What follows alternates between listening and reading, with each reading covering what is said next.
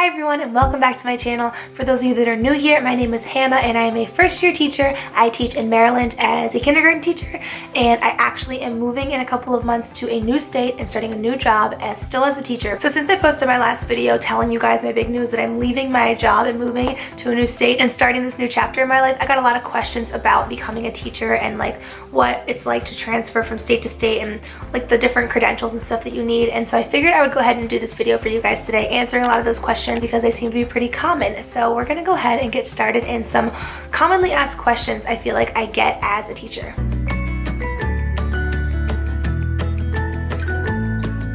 First question that I get a lot, and I probably have addressed it in another video, I'm really not sure, but it's a very basic question. It's just, why did you decide to become a teacher? And honestly, ultimately, I have always wanted to be a teacher. It was just something that I knew I wanted to do. Probably I was very influenced by the fact that most of the women in my life growing up, like my mom, aunts, grandmas, cousins, like they were all teachers, and it was kind of just like something that I knew I wanted to do because they inspired me. I actually ended up starting college on a different path. I went for business in the beginning because I kind of got freaked out about the salary of a teacher, as sad as it is, but I kind of went on track for business for the first year and a half or so, and then I just decided this is not me. I'd rather do something that I love doing and just get paid a little bit less, but you know, it's totally worth it. And so I went back to where I really thought that I should be, and I love it. So probably I would say the influencers that I had in my life, my family members, and just the fact that I have a passion for teaching. And I just really overall love having that impact on kids' lives who might not get it elsewhere. Like, school is a lot of the kids' safe place, and I would like being a part of that. So that is why I became a teacher. Okay, question number 2 is, what did I major in college to become a teacher?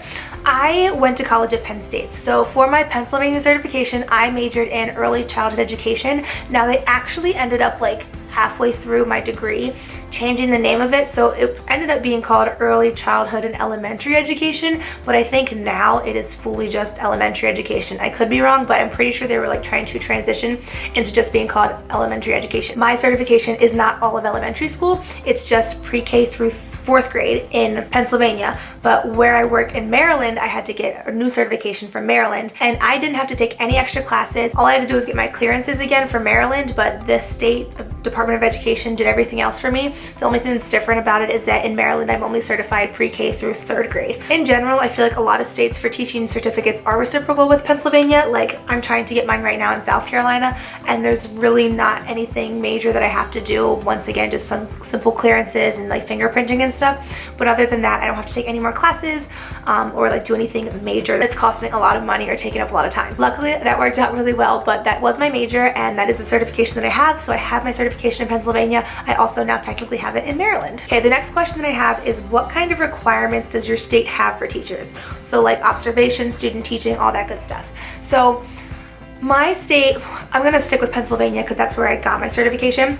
I did go through student teaching, but before student teaching, I actually also had to do 80 hours of, we called it an internship, but I really didn't like do anything. I mean, I did stuff, but if that makes sense, like I didn't have to teach lessons.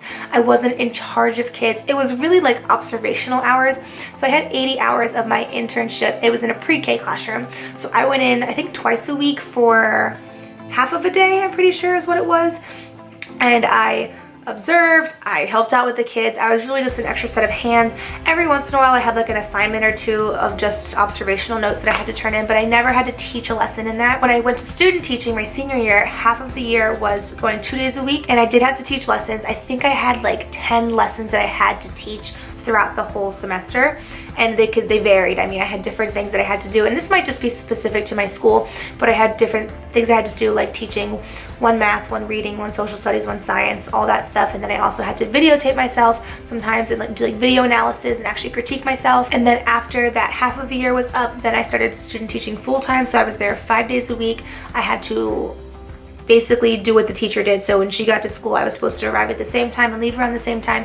I went to faculty meetings, trainings, all that stuff. And then on top of that, I started off teaching maybe like one lesson a day that was repeated. Like maybe I taught number corner every single day, and then I would slowly gather more responsibilities until I was teaching full-time. So I'm pretty sure that the state's requirements, so Pennsylvania's requirements for student teaching, is that at the minimum, you have to teach 1 week of full-time teaching.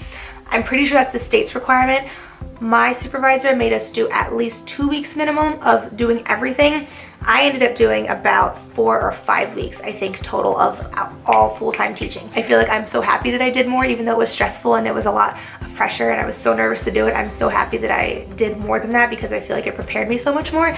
And if I was gonna be there anyway, why not take advantage of that situation? So pretty sure it was a pretty low number, like 1 week, but some schools might require you to do more than 1 week. Okay, so the next question is, which age group would you want to teach in your next job, and is it different than what you're teaching now? So right now I teach kindergarten, for those of you that don't know, and I student taught in 1st grade, so I really have like young primary experience. And before that, my internship that I told you guys about was in pre-K. I did do some observational hours in 2nd, 3rd, 4th, and 5th grade. When I substituted, I went up to 5th grade. I have experience in a little bit of everything, but I will say that if I got to pick, I would probably do something like 1st or 2nd grade, maybe 3rd grade. Everyone says 3rd grade's their favorite. I don't have enough experience in 3rd grade to really prefer it. I mean, it was fine, I liked it, but I don't have enough experience in it to be like, it's my absolute favorite. But I loved 1st grade and I loved 2nd grade too. I felt like they were pretty close in age. Don't get me wrong, I really do love my kindergartners and I would definitely not mind teaching it again. However, if I really got to choose, I think that I would pick 1st grade just because I like their developmental age a little bit better. I like that they already have their basics, like that foundation down of knowing letters and letter sounds, and they're already writing a little bit. I just feel like you can do a little bit more with them, but they're also not at the age where they're learning like super hard content, which I don't want to teach because that's just not my forte either. So I really like 1st grade and also 2nd grade as well, but I wouldn't mind teaching kindergarten again. I just, if I could pick, would pick a little tiny bit older. So the next question that I have is from someone that is currently in their student teaching, and they asked me, was I prepared for my very first job? Because they're a little bit nervous about it. Honestly, yes and no, because how I was feeling right out of college, I remember feeling so unprepared. There are even days now where I'm like, am I even qualified to be doing this? Like, I just feel so, it's like surreal still. Like, I'm so young, I'm the youngest one at my school, I am a 1st-year teacher. I mean, I feel like it's natural to feel that way. And am I perfect? Absolutely not. But do I try my best and do I feel like I'm succeeding? I do. So I definitely didn't feel prepared, but now that I'm in the field and I'm actually doing it, I realize that I was a lot more prepared than I thought that I was. And that's honestly probably the same for many of you as well. If you just are confident in yourself and you put in your head that you are prepared, that you know what you're doing, you've done this before, you'll be fine. It's honestly all a mental game. And I will say that working with a team has been awesome. I love my kindergarten team. They've given me so much to work with, so many resources, just so much help. And I mean, my whole school has, honestly, but just working closely with them, it's been a huge lifesaver. And I feel like they've helped me become even more prepared. When it comes to school in my classroom, I like to be very organized because I just find that that makes a huge difference in how I feel. And when I feel prepared and organized, even if I'm not totally prepared and organized, it just makes me that much more confident in it. Like, when I know where things are, I know I'm planned, like I'm not last minute putting things together. It's just like that one extra layer that just makes you feel a little bit more prepared. The next question that I was asked was, what did I look for when getting my job? And now what am I looking for again when applying for new jobs? I'm going to be honest, I love the school that I'm at now. Like, don't get me wrong, it's not that I feel like I made a mistake. I actually got really lucky because going for my first job, I was kind of just, I want a job, I need a job, I just want to secure something. So I interviewed and was offered a job in the same day, like within 30 minutes of, honestly probably less than that, 20 minutes. I interviewed, and right after the interview I was offered a job in the county somewhere that I work in. It wasn't specifically at my school yet, but I was offered a job somewhere in the county.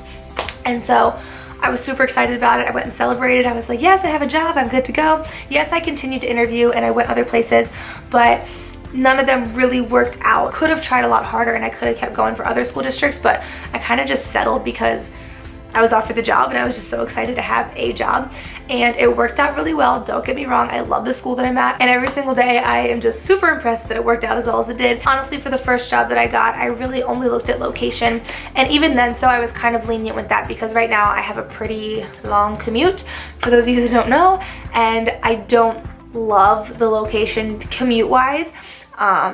But at the time I thought it would be fine, and it is fine, it's doable. I mean, I do it, but it's just not my favorite thing in the world. But now that I am looking for a new job, I'm a little bit more picky and I'm a little bit more experienced and I know what to look for. So this time around, I'm looking once again at location. but also like the school demographics. And because I have so many positive things going on at my school right now that I'm trying to find almost the equivalent of that in a new place. So like the support from the principals and the administration, the team planning, and just working as a team and not kind of being left by yourself. Just those kind of aspects. I think it is really important to look for that stuff, especially as a first-year teacher, even though I didn't and it just happened to work out really well that way.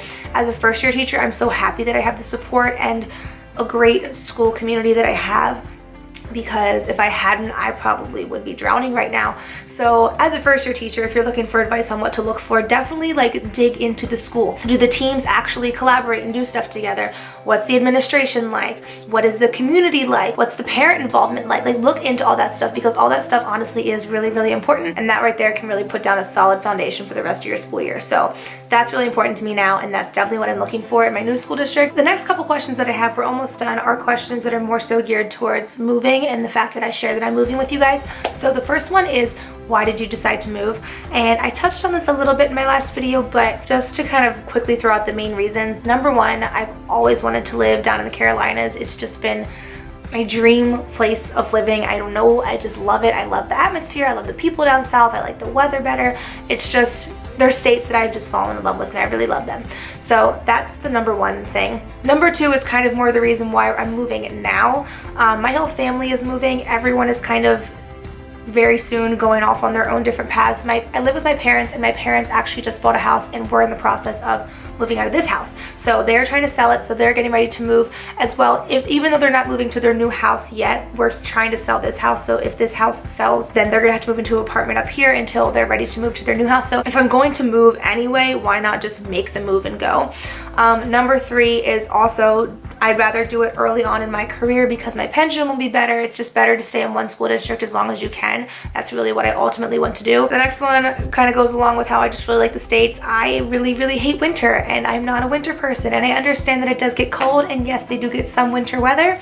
However, it's a lot less frequent, and generally it's just a little bit warmer down there. I love Pennsylvania. I think it's a beautiful state. I have no regrets growing up here. I've loved it here. I just think that it's time for a new chapter, and if I can move somewhere that it really makes me happy, because I am a lot happier when it's warm, I would rather do that for my mental health and just my well-being. When my atmosphere and surroundings are nice and warm and just happier feeling, I'm happier feeling. As silly as that sounds, honestly, it just puts me overall in a better mood, and I just would rather feel that way than feel gloomy, than feel just gloomy and down. So those are really my biggest reasons. Also, my boyfriend is coming with me, and it's something that we talked about, and it's always been somewhere that he wants to go to. He's always had his head set on moving south, and it's just working out that we can do it together and that we have opportunities down there, and things are just working out really well. So that's really why I decided to do it now. That's why we decided to move where we're going. The next question is, how has the South Carolina school districts compared to what I'm used to up here? It's very much alike. There's just a few things that I've noticed that are different, like little things. Like number one being that typically, from what I've noticed, the districts down in South Carolina that I've been looking at all start, like their school days start earlier than where I am now, and they end earlier, which honestly makes me really excited because I am such a morning person and I like getting home earlier and having my evenings and afternoons like to do stuff. Another difference also, this is also kind of minor, but is that their school districts typically start their school year a lot earlier than we do. Like I didn't start till after Labor Day, so September 3rd I think this year. They start like pretty early on in August, which is nice because then they get out early in May. I don't get out until like June 23rd or something crazy like that right now. One other thing that is kind of a bummer and I'm trying to work with is that teachers get paid a lot less down there, and I know that the cost of living is also less, which is another reason that I like the States, but it just kind of comes with the territory. I will be having to take that sacrifice, and yes, there are some districts that do pay nicely, but I am definitely going to be downgrading in that aspect. But once again, cost of living is cheaper, so it should kind of even itself out. I know plenty of teachers that live off of the salary. It's not the end of the world. To end this off, I had a bunch of questions just kind of asking about like my timeline for moving. So I'm just gonna kind of go go through what the plans are for the next couple of months and give you a little brief look into what's going on. So right now I am applying. I've applied for a bunch of jobs already. I have a job interview set up now for this week, so that's really exciting. In 4 weeks, the first week of April, we are actually going down to apartment hunt. So I have spring break, so I have like 10 days off, which is awesome. So my boyfriend and I are gonna go down, spend a couple days down there, explore, look at different areas, tour some places, and get that moving. Then after that, I will be moving down in July because my school year will start early August. But my boyfriend, unfortunately, well, fortunately for him, he gets to continue coaching football up here, but he is committed to another season, so he will not be moving down until November. So pretty early on in the summer, we'll start really getting things moving, and I'll be moving down in July, so it's super exciting. All right, so I think that is basically the big questions that have been asked. If you guys have any other questions, always feel free to leave them down below. You can also follow me on Instagram. I will be happy to answer questions if you have any there as well, and I really hope you guys learned a little bit. I hope you got some good advice from this video if you were looking for some, and I just want to say thank you guys for watching, so I will talk to you guys in the next video. Bye!